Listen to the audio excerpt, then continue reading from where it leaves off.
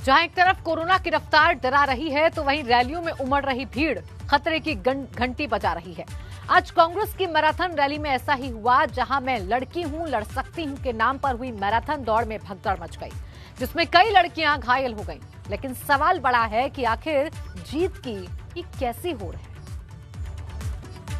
एक लेडी तक भी बहुत धीरे खा के एम्बुलेंस यहाँ भी गई है, प्रशासन उस लेडी को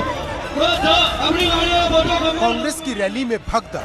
भीड़ में दो लेडी से दब गई है, भीड़ में दो लेडी से दब गई है, वहाँ पर जाने की कोई भी जो है जरूरत न करे। कांग्रेस की मैराथन दौड़ जीत के लिए ये कैसी हो। रैली में चूक कैसे माफ होगी ये भूल। एक लेडी तक भी बहुत धीरे खा के एम्बुलेंस यहाँ भी गई है, प्रशासन उस लेडी को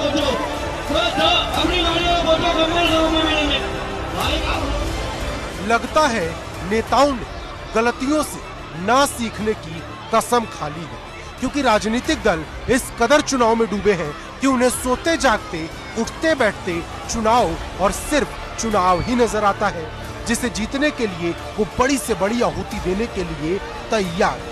क्योंकि अभी एक दिन ही नहीं बीता कि मेरठ में प्रगतिशील समाजवादी पार्टी की कंबल फाड़ रैली सामने आई थी, जिसमें भीड़ जुटाने के लिए कंबल का सहारा लिया था।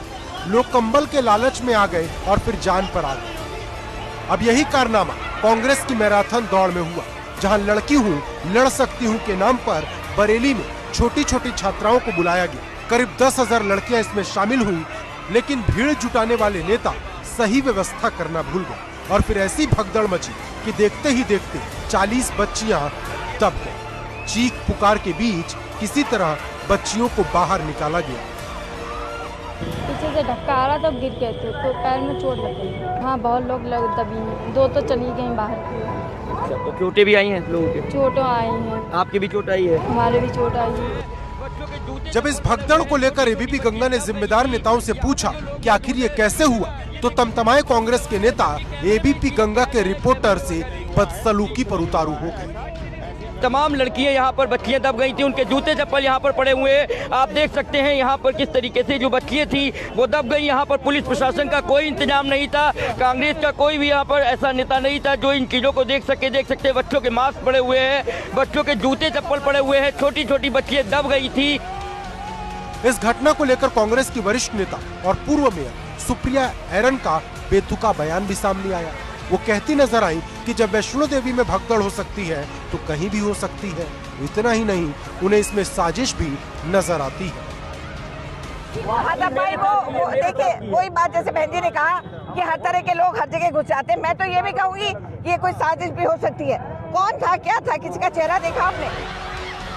हैरान करने वाली बात यह है कि ऑल इंडिया महिला कांग्रेस की नेशनल कोऑर्डिनेटर और यूपी वेस्ट की प्रभारी संगीता गर्ग भगदड़ वाली इस दौड़ को सफल बता रही है। यहाँ पे पूरा मैदान जो था बच्चियों से खचाखच भरा हुआ था। ये इनका जोश, जुनून और जज्बा जो प्रियंका जी के नारा लड़की हूँ लड़ सकती हूँ के साथ चल रहा है, इसीलिए ये बच्चियाँ इतने जोश में यहाँ सुबह से लेके अभी तक उपस्थित थी।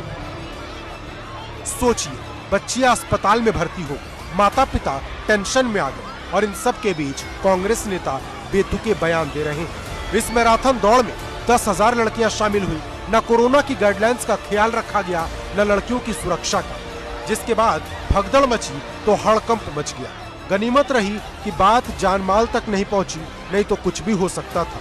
वैसे भी रैलियों में भगदड़ से इतिहास भरा पड़ा है, लेकिन सवाल बड़ा है कि हम कब सीखेंगे, क्योंकि यूपी में बैक टू बैक 2 भगदड़ हुई, पर किसी भी नेता ने इस पर खेद तक नहीं जताया।